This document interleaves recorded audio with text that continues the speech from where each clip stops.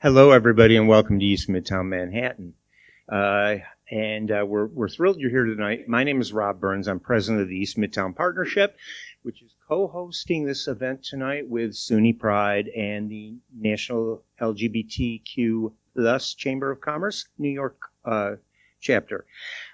So I will be very, very brief, but I do want you to not only with this event, but we also have some literary readings that we've been doing, and we will continue through the end of the month.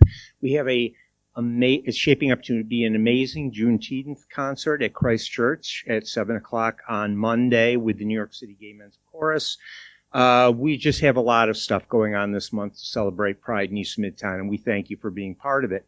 There's brochures upstairs that will help reinforce this when we get to the reception part of the night. So please do join us, though. I am thrilled to present the panel tonight. This is the second year we've done a panel discussion before reception, and this is obviously there was a little interruption because of COVID in the middle of it. But in 2019, we also partnered with the chamber for an event to celebrate Pride. We would love to make this a permanent part of the schedule. We fully intend to do it, and please spread the word. And by the way, we have great restaurants and shopping in the area. I'd be remiss if I didn't mention that. Our panel tonight, very quick introductions. They will say more about themselves as they speak. But our moderator is David Belsky from Good Rebellion. The panel it consists of Tardis Johnson from FIT, Marion Terenzio from SUNY Cobleskill, and let me also add that both David and Marion were part of last year's panel. It was great, and it's on our YouTube channel. Go check it out. It was a great conversation then. Don't say gay. Sandra Pérez from NYC Pride. And, of course, our host this evening, Kellie Parkin from the National LGBT Chamber of Commerce. And one more thing, and then I'm out of here. John Diaz from CBS, right? Yes, is here. And he was also on last year's panel. Welcome back to East Midtown. Thank you. Now I was just going to go sit down. I'm so stupid. I would like to introduce Johanna Kendrick Holmes from SUNY to say a few words. Johanna. Good evening. It's wonderful to have this event happen again. I'm very honored to be able to host and have this be part of our SUNY Pride programming for the month of June as well. And I actually have some very dear friends and colleagues on the panel tonight. So I'm excited to listen. And I want to welcome everyone who's joining remotely as well via live stream. One little housekeeping note, if you are on the live stream and would like to ask a question, we will be doing Q&A at the end. So just type your question in the Q&A chat and we'll make sure that we get that to the moderator and that's answered as well. So without further ado, David? Johanna and I were talking a few weeks ago about what the topic for this year should be.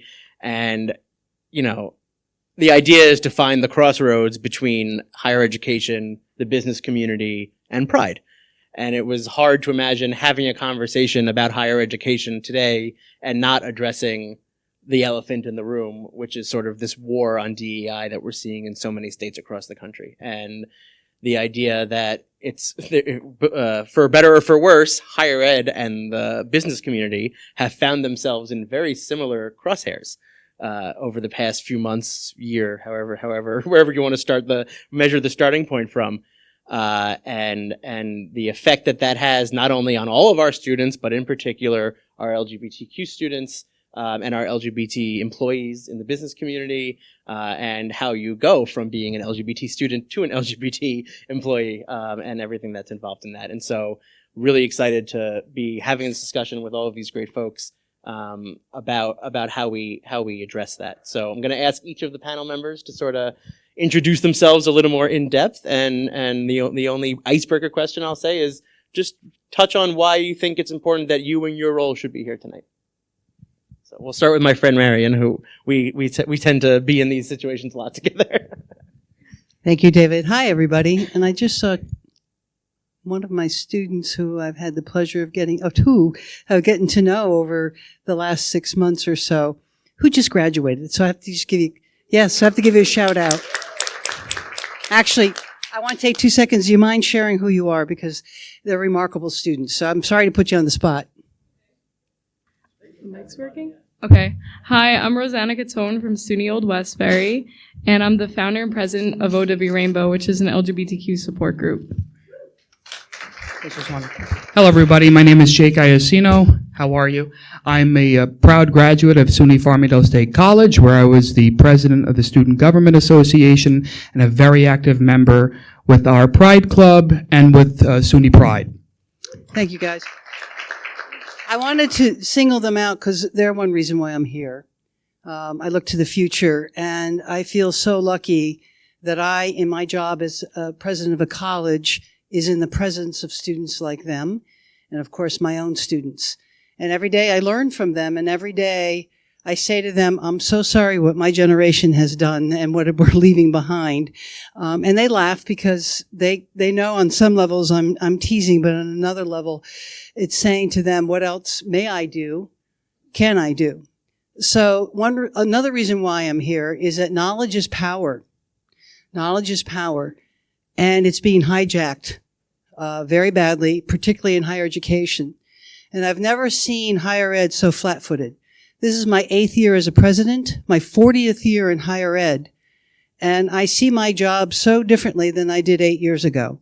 It is not at all having to run academics. That is on its own.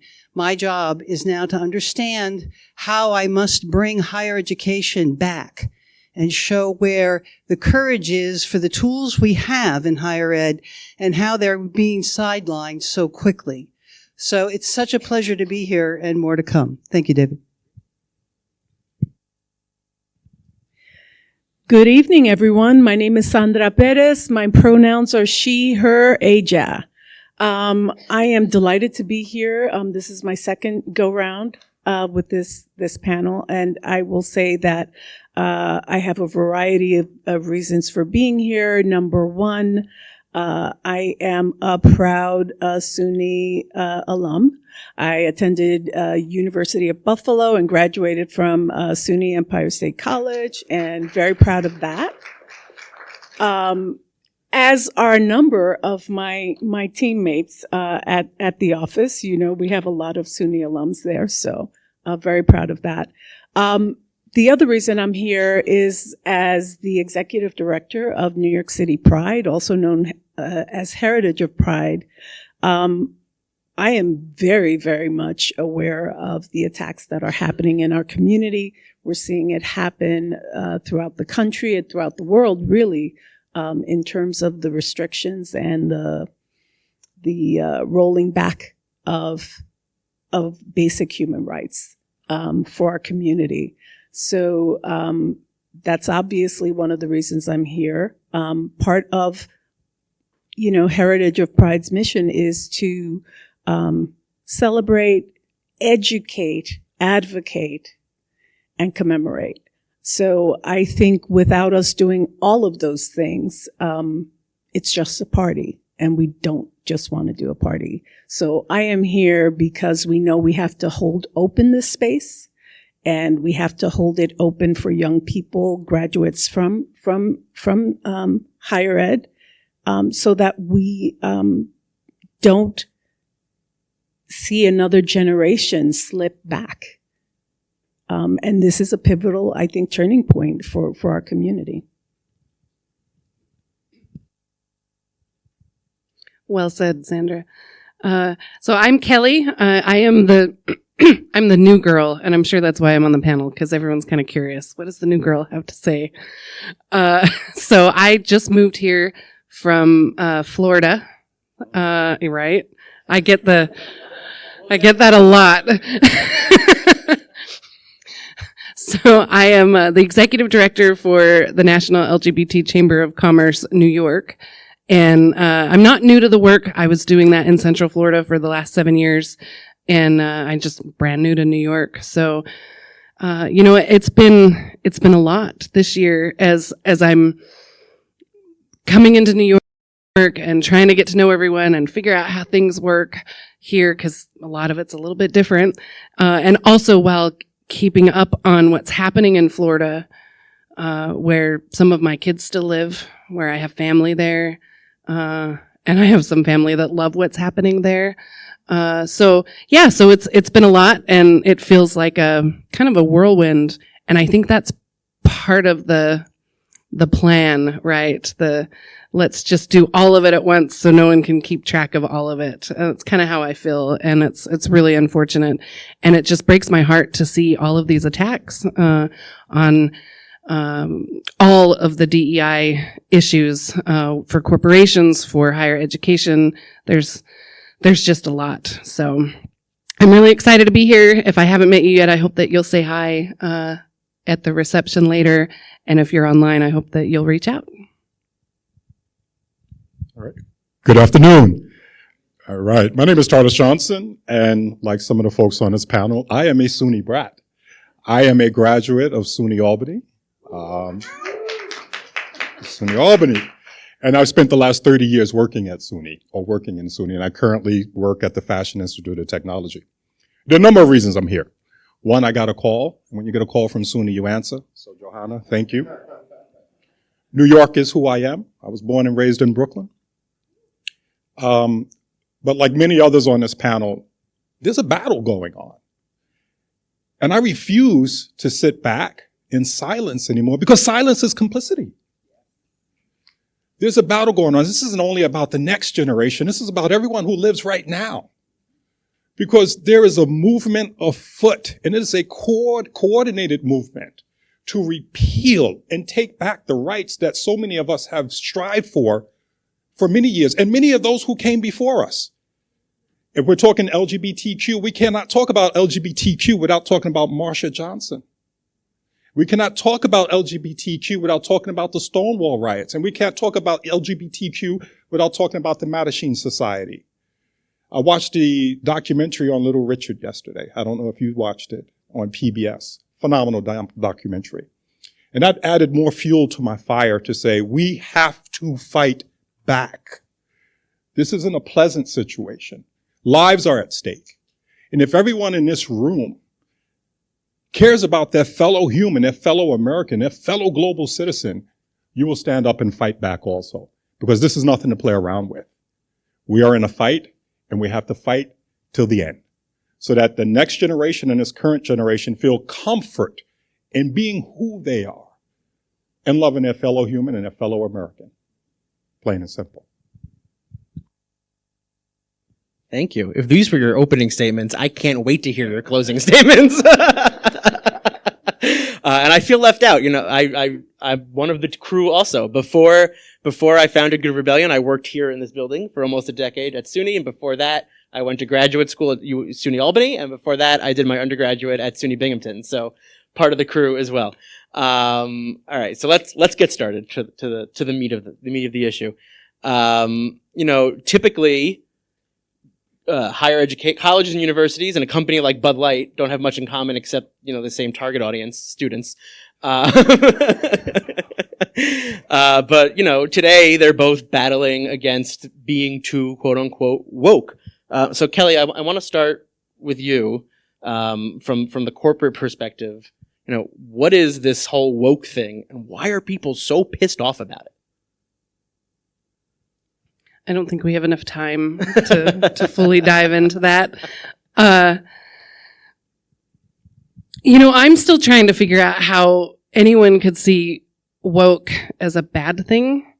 So I'm still struggling with that, because it's just supposed to mean that you understand what's happening, that you get that there is social injustice, racial injustice and inequality, and why would that be a bad thing? But I think that over the years we've just become so divided, and folks know that they can, you know, they can harp or attack a corporation for their values or for not seeing them who they are. And we see it a little bit on both sides, but I think that there's a particular group who has figured out that, oh, we can really say, you know, you need to get rid of your queer merchandise, and or how dare you put a trans person on, you know, in an ad, and then corporations are left trying to figure out,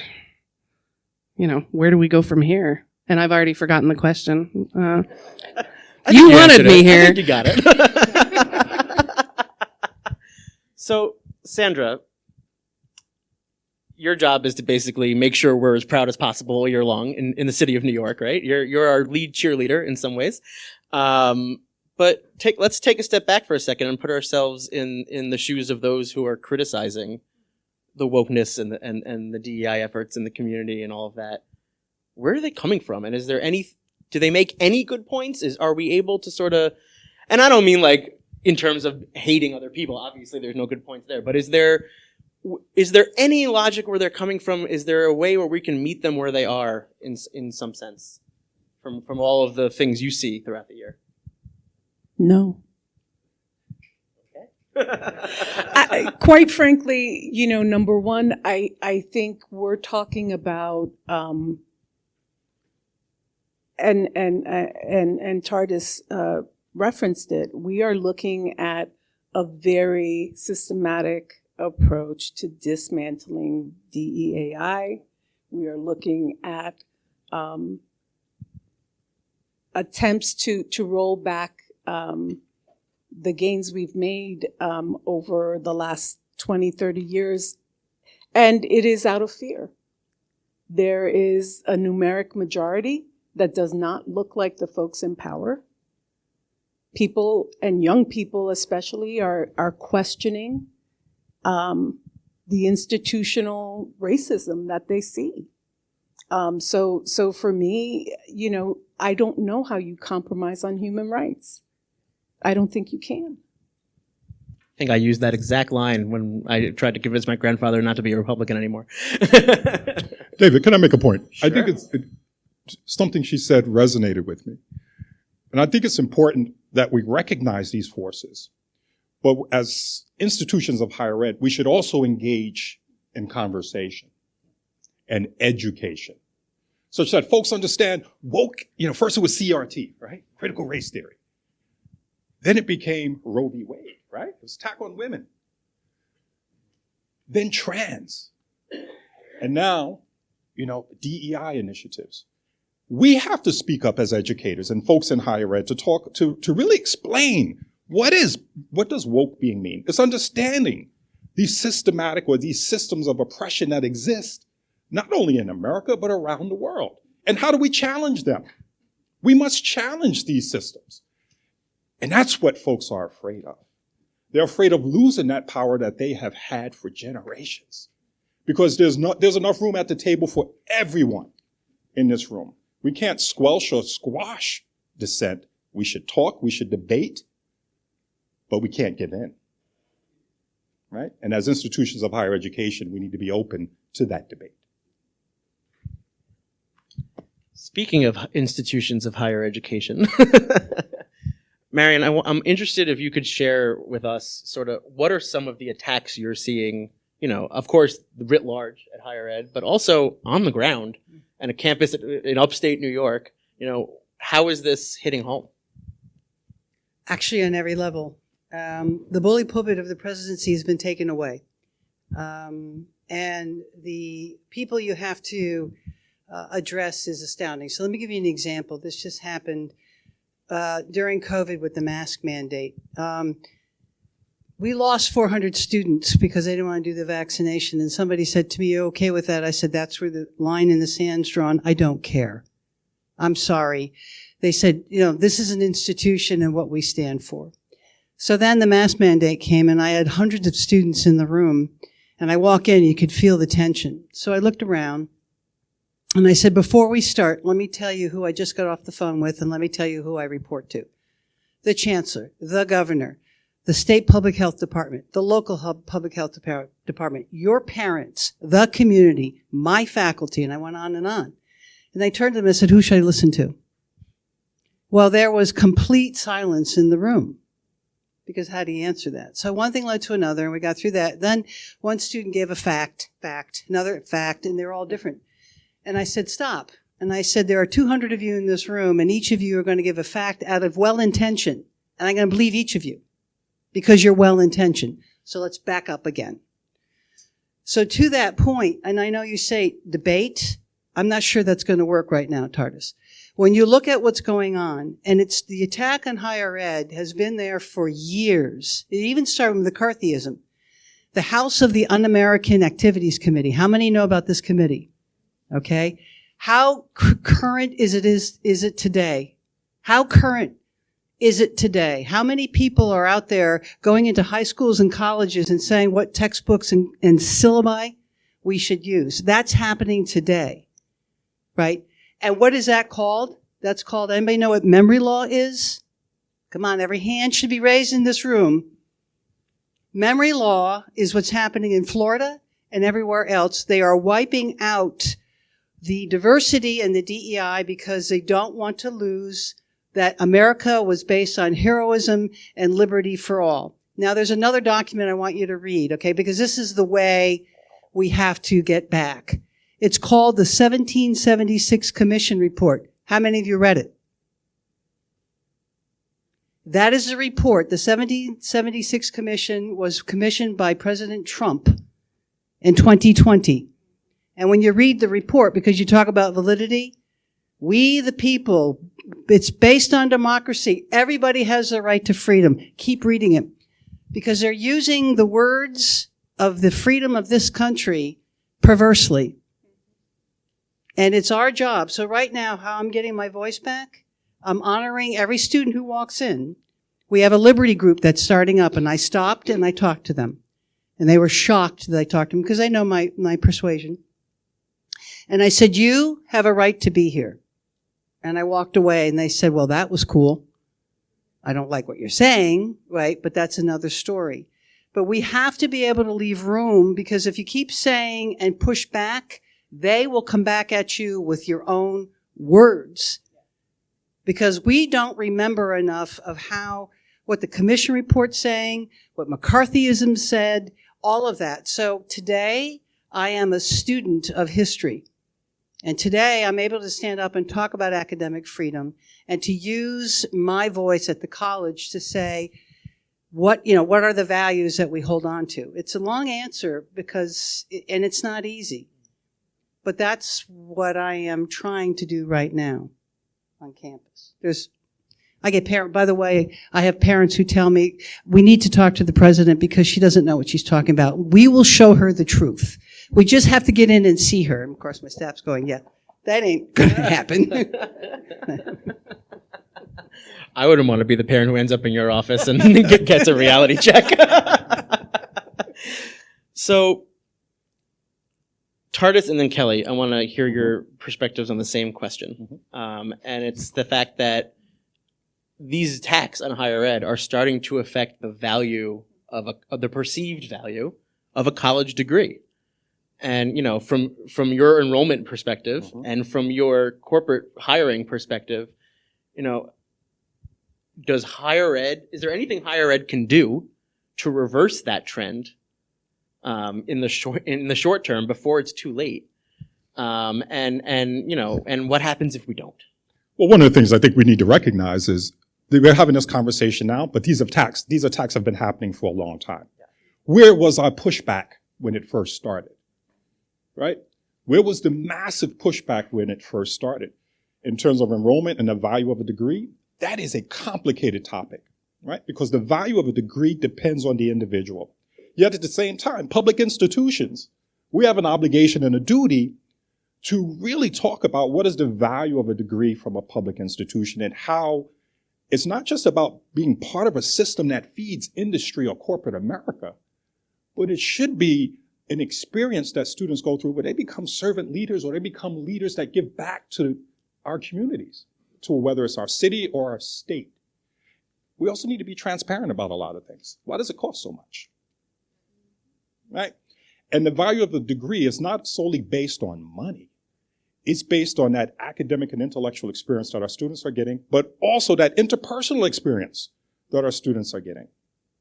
That is key. That is very important because, Marion, you introduce your students and they are happy to be here. You know why? Because of the experience they had on their college campus. And they're talking about it. And that is key because these are our future leaders. In colleges and universities, we need to think about value beyond meritocracy and beyond how much money you're going to make when you graduate. It's much more than that. We have to be part of our communities. We have to give back to our communities. We need to talk about the return on investment that SUNY provides to the state of New York. I keep talking about SUNY because I'm a SUNY brat. It's in my blood. Right? It's okay. We're in the right building for that. I love SUNY. and I'm not saying it because we're in this building. I'm saying it because I truly love SUNY. And I love what SUNY stands for. And including having this session, thank you, Johanna, and thank you, David, for having us here. We have so much more work to do. So much more. Point, counterpoint. Kelly. No, he's a hard one to follow. So, all of the panelists, I would just add to that one of my big worries, and what I see where we're headed is that the value of a Florida education or a Texas education is not going to be the same as the value of a SUNY education. That, you know, I have a couple of children who graduated from Florida universities, and thank goodness they already did, right? And that their degrees show that those were, you know, a few years ago, because I think we're headed to a point that we're going to see these young people coming out of college, coming out of university, and not having all of the education that will make them be those valuable members of society and community. And I think when a corporation, you know, is looking to hire folks and they see someone with a SUNY education and they see someone with a University of Central Florida education, which I love, go Knights, right? But who are they going to pick, right? And I guess it just depends on the company. But I mean, the National LGBT Chamber of Commerce has over 450 corporate partners. Those folks are going to be looking at, you know, people coming out with education from a well-rounded education from a state that allowed them to learn about all things, right? So that's my big worry of where we're headed. David, can I just make one more point, just following up on that? The whole concept in higher ed that you can't talk about certain subjects.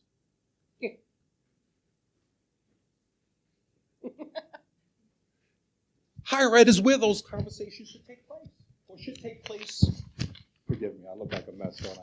Or should take place in a safe environment for folks to express those ideas and to debate. You know, I think about CRT. It's a theory. Challenge it. Don't ban it. You don't like a certain book? Don't read it. But don't tell others what they can and can't do or what they should not have access to. Or read the book, and then you can talk about why you don't like it. That's the Or crazy similarly, thing. if you don't like a guy and you're a guy, don't marry one. Or don't even, before that, don't even date them. Right? Right? Don't even get to the marriage part because you messed up already. Right. Don't even date them. Right? So it's, and these are the conversations, and this is the challenge, and this is the pushback that we should be providing.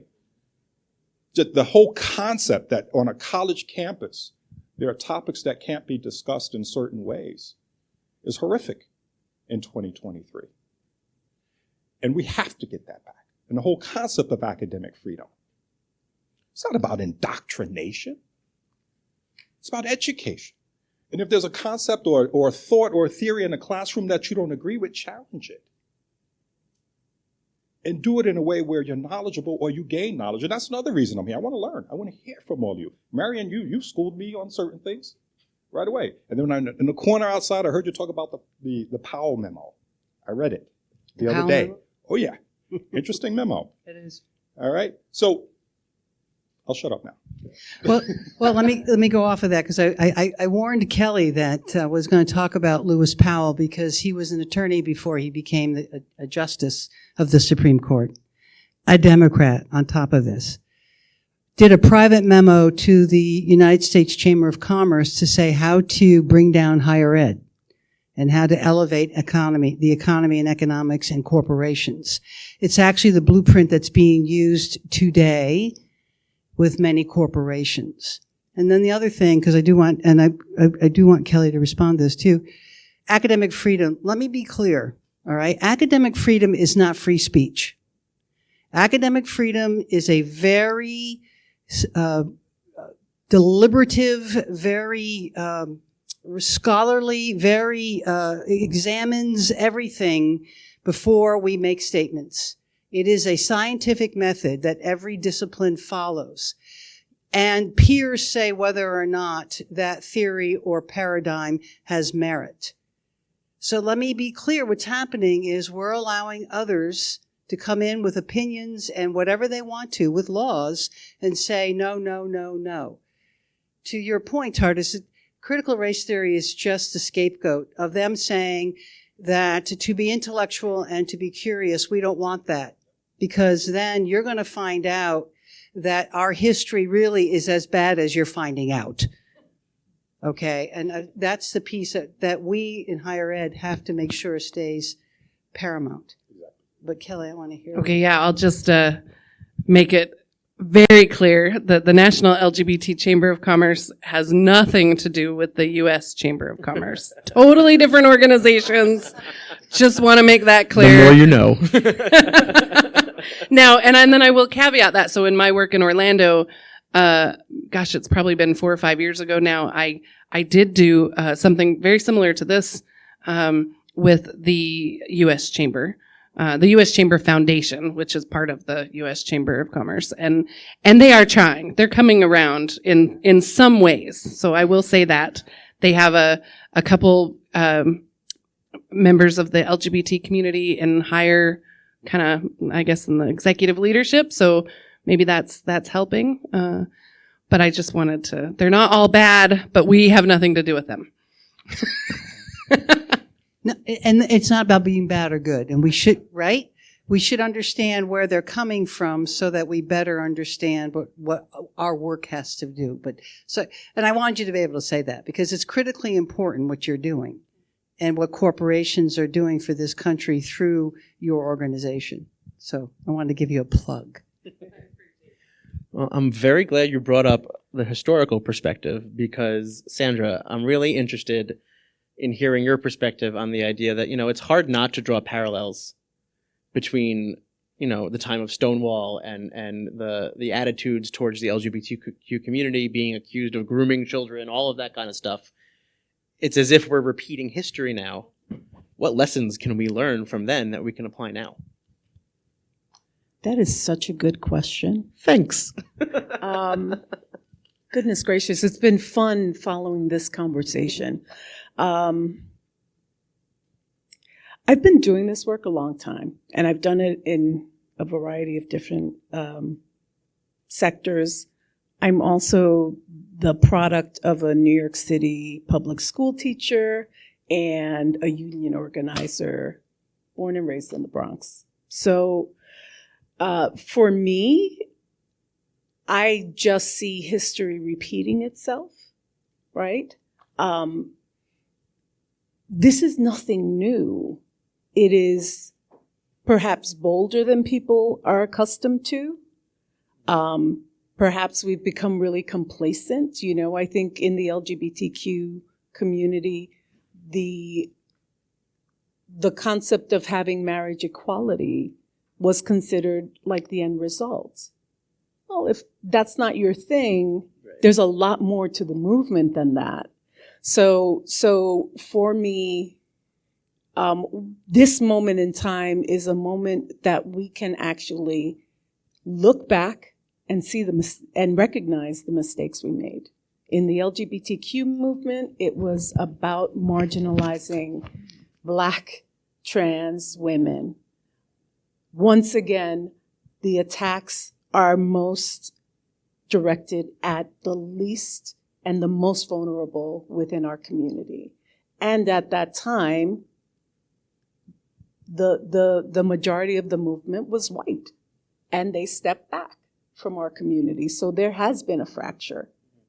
You know, as the first Latina heading up Heritage of Pride, I've stepped into a space that has been predominantly cis white male. And there is a lot of repair work that needs to be done with the trans community, with our Black and brown and different members and segments within our community.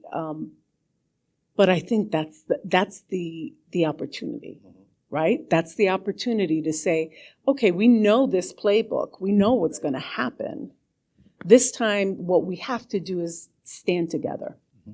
And I feel personally not be so, as you said, somebody said flat-footed.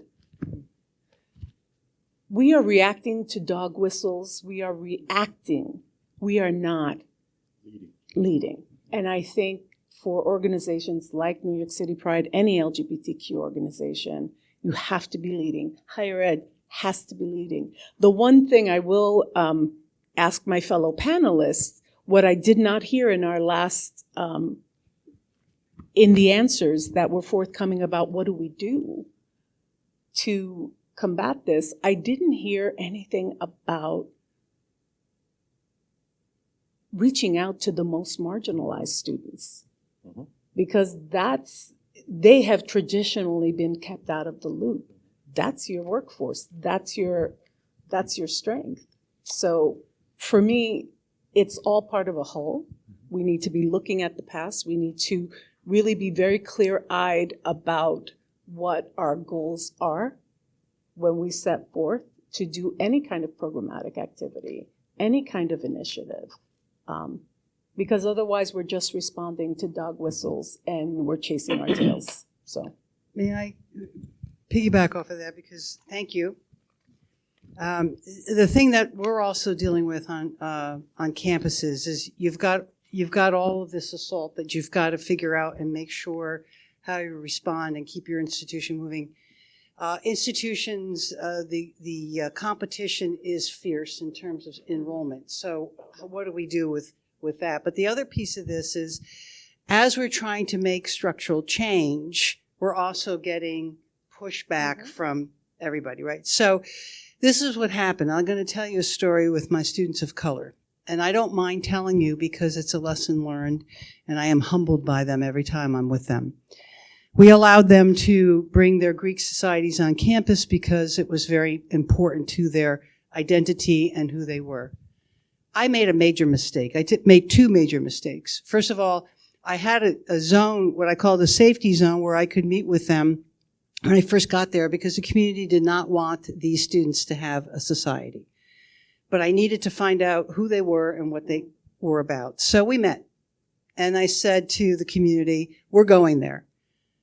I then took my foot off the pedal. I also allowed them to build their bylaws. Structural change. We had an incident right before commencement. And the students, and I sat down, I met with them, and they were furious with me, and they even told me to stand down and listen. So I did. And what I realized, even the manual that we allowed them to write with us was based on white privilege. And I looked at them and I said, oh my God, here we are bringing you in, and here we are not recognizing what your society means. And that's what presidents have to do. Presidents have to understand that it's not about power. It's about allowing the community to speak with you and you with the community and all have decisions. So if any of you are thinking about being president of a college, there's no power in it whatsoever. And you better listen, and then listen again and again and again. So it was a very powerful lesson. So when we come back in the fall, we are rewriting the manual so it doesn't fit a white structure. That's so hard to see sometimes because it's so ingrained in us. Every structure, in higher ed, is based on white privilege. So try to make that change in an environment where they don't want you to. And Marion, to your point, as a member of a Black Greek letter organization, there was a reason why these organizations were founded.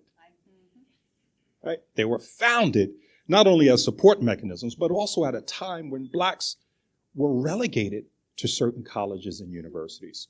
Right? And so those structures have to be different, and they are different. I also want to go back to something, Kellie, you said, and I don't think history repeats itself so much as I heard someone say history rhymes. Right? I heard someone say that before. History doesn't repeat, it rhymes. It can become a musical thing, and we get to enjoy it, and we get to forget, and we learn the lyrics, but we're not moving anymore. Right? And so what we have to do is look back, because objects in the mirror are closer than they appear. Right? They are closer than they appear.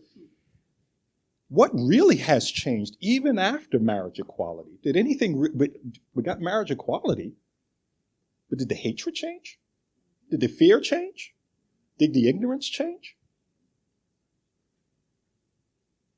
It's a question to have. Audience, did it? Do you have any questions for the panel? All you have to do is press the button in front of you and the whole room will hear you. I have a couple of fun facts I'd like to share. Sure. And this is labeled cheat sheet. That's my own notes. This year, ACLU's currently tracking 491 anti-LGBTQIA bills in the U.S. As of June 8th, over 525 state bills introduced that attack the LGBTQ community. Over 220 of those target the transgender community, and as of June 8th, more than 70 of those bills have become law. So lest you think that we in the Northeast are safe from that, there are 6 bills attacking LGBTQA rights in New Jersey and 2 bills attacking rights in Connecticut. And they are in Connecticut. They're about schools and education, right? All of these are about schools and education, primarily. We're seeing families torn apart, people losing their right to bodily autonomy. It's systemic. It's well thought out. It's a deliberate, It's coordinated. yes, attack. Can we talk about intersectionality? Because intersectionality is important because that's also how we build allies. We can't do this alone. Allies are important. And there's an intersectionality. You know, we talk about Stonewall and black trans women. The black trans women. There's an intersectionality there. We need allies. COVID, we all huddled in our homes. We were internet warriors. We worked from home, got settled, we were comfortable, came back to the world. We have to rebuild those bridges. We have allies out there. We have allies for higher ed. We have to go out there and be active. We can't be passive. This isn't a passive battle. This is an active engagement that we have to be out front. And that's one of the reasons I'm here also. I'm tired of sitting back in silence because then I become complicit. The hell with it. Let's fight hard and take no prisoners. Because prisoners can come back and get you. Yes. Hi, Brian Frederick, Empire State University. So what do we say to the younger generation who wants to throw bricks? Because there are a lot of them.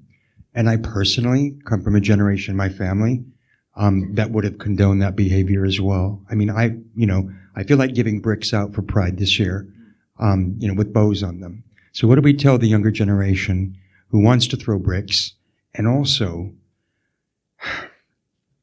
so Josh and I, my colleague Josh and I have just started Empire State's first Safe Zone ally training program. So we do recognize the value of allies. What can we do at SUNY in terms of maybe lowering out-of-state tuition to allow students who are in states that are, I mean, HRC has just named Florida, what is it? I can't remember. They're sort of like, don't go there sort of warning. What can we do to lower that $25,000 out-of-state tuition for students who are in states where they are facing discrimination? It's a great question. And I think you start with your leadership. Who are your representatives? Because they have the power to talk to our Board of Trustees at SUNY, talk to our legislators. They were elected for a reason. They were elected to serve the people of New York. Let's talk about what power they have to affect change. In terms of your question about bricks, that's a great one. I have cats to feed. That's why I don't throw bricks yet. Right? So we have to do it a different way first. And that is engagement. That is advocacy. That is standing up and standing out. For those of us who are out, be out and proud so that folks recognize, hey, that's my neighbor. That's my brother. That's my cousin. That's someone I love. And they're coming for them. So no, that's my ally. I'm going to stand with them. Bricks may come a little later. And that was the whole Harvey Milk message, right? Come out so that you can't hate everybody in your life if all these people are out. Absolutely. I don't think it's working. No. It's a team effort here. Is that working? Is it a user issue? Yeah. Try this. Yes. Is this working? There you go. It's a user issue. Now, if I can remember what it was I wanted to say. No, I think that that's something that we all can be doing as organizations, but also as members of the queer community, making that space and helping those folks who don't feel comfortable coming out. Anything that we can do to help those folks that are still closeted. I think the last number I read, it was something like just under half of America's workforce that are queer are in the closet, or half of queer people are in the closet, something like that. You know, I mean, it's a lot who are not fully out living their authentic lives. And so what can we be doing to help make that happen? And I come from a very conservative family. I grew up in Salt Lake City, and I know, so I can understand how some folks don't feel like they have that support system, but we can be that support system. And it's so true that when people see that, oh, my neighbor, my daughter and her wife moved into this condo, and one of their neighbors said, "Oh my gosh, you're lesbians, but you look so normal."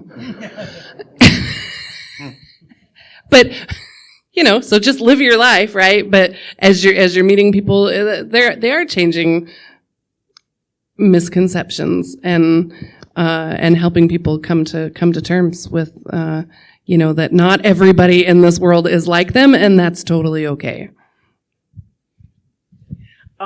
You know, one of the things I do think we can do, we start every year with a rally, a free speech rally. People just have to submit an RFP. We review them.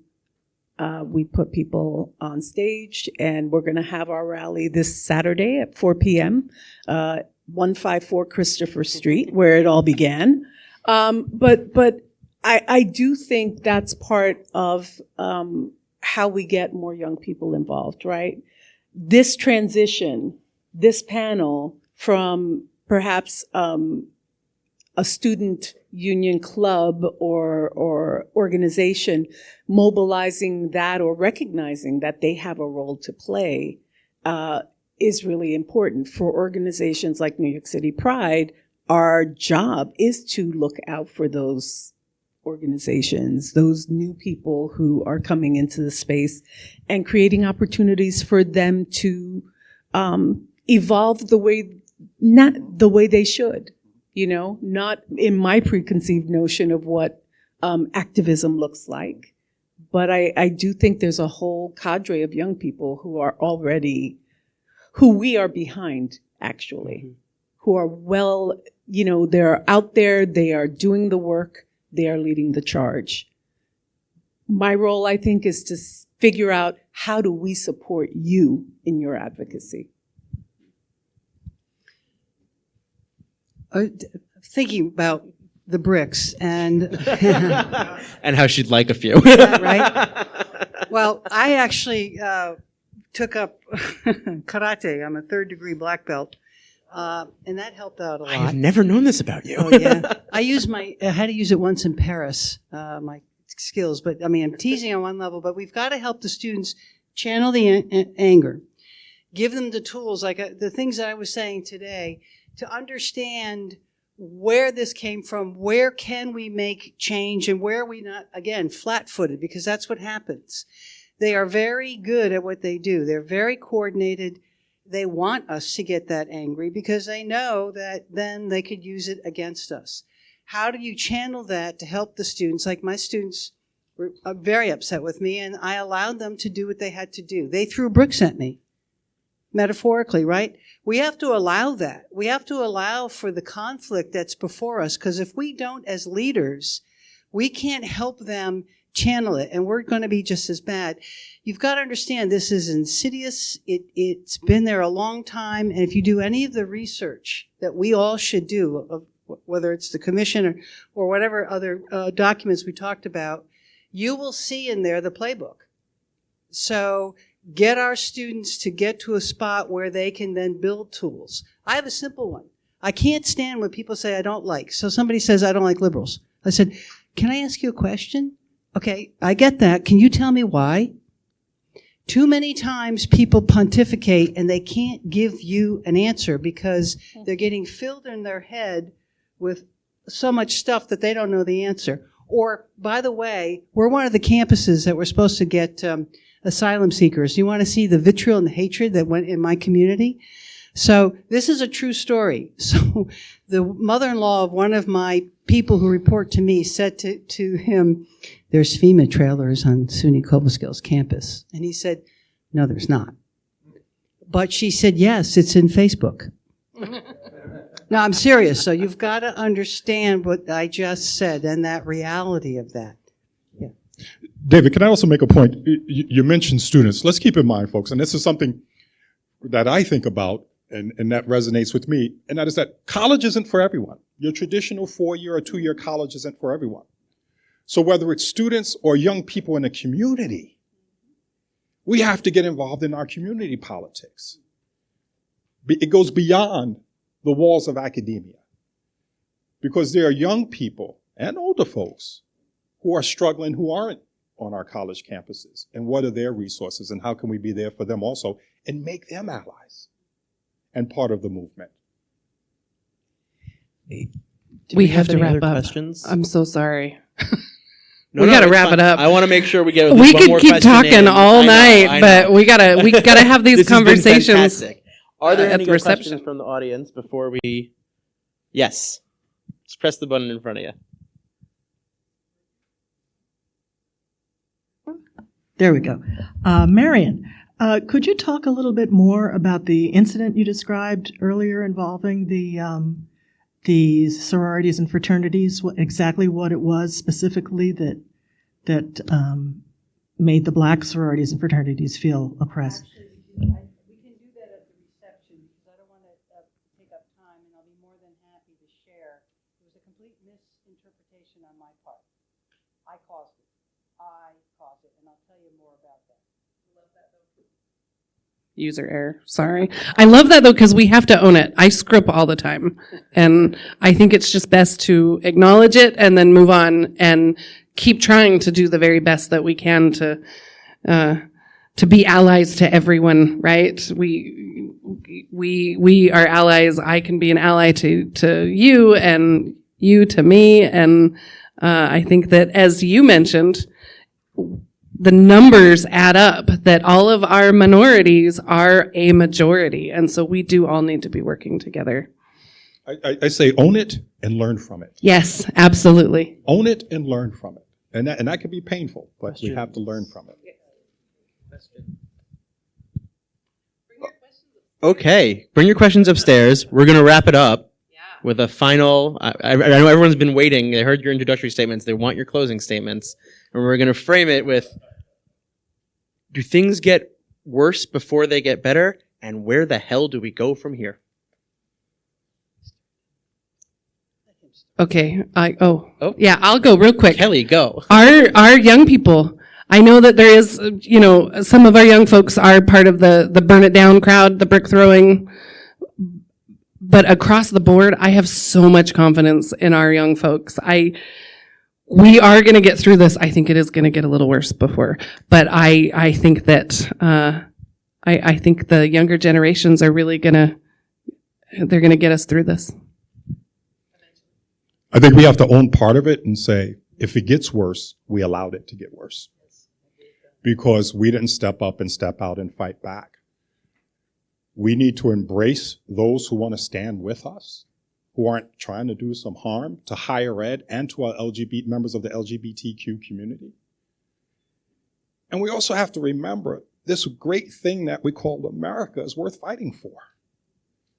And we have to have, there's enough room at the table for all of us. And we have to fight for it. I remain an optimist. I must remain an optimist. Because if we don't remain optimistic, we just be some angry fuckers all the time. Excuse my language. Sorry, Dr. Brown. It's Pride Month. It's fine. Goodness gracious.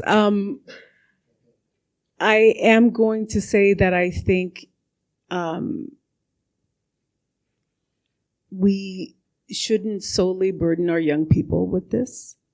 We all need to, I think this is a time for an intergenerational approach, for sure. I think there are those of us who are in positions of authority who can push back. I spend a lot of my time doing that with our corporate partners, but it's also from the perspective of deepening the engagement. I did say no to your initial question because I don't think you can compromise on human rights, but that doesn't mean we don't sit down at the table, call things out as we see them, and invite people in to always have that dialogue. So I think it is going to get a lot worse. But I also think that, we selected this year our theme as strength and solidarity. And I think this is the time when we call on allies. We look across and take that intersectional approach you're talking about and really look for the commonalities within that space and move forward with those people together.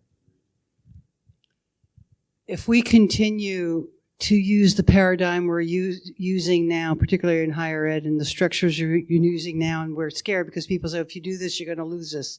Too bad. If you do this, you'll gain this.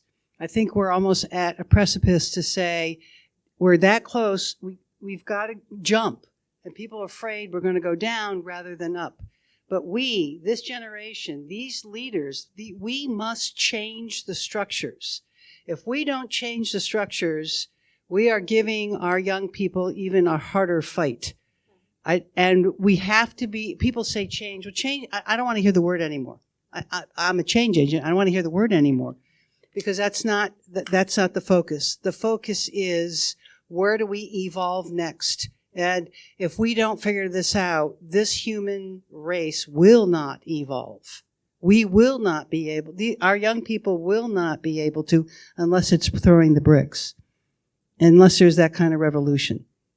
We need a revolution, but the revolution of changing the paradigm and the actual existence we think is fair and equitable, because it is not.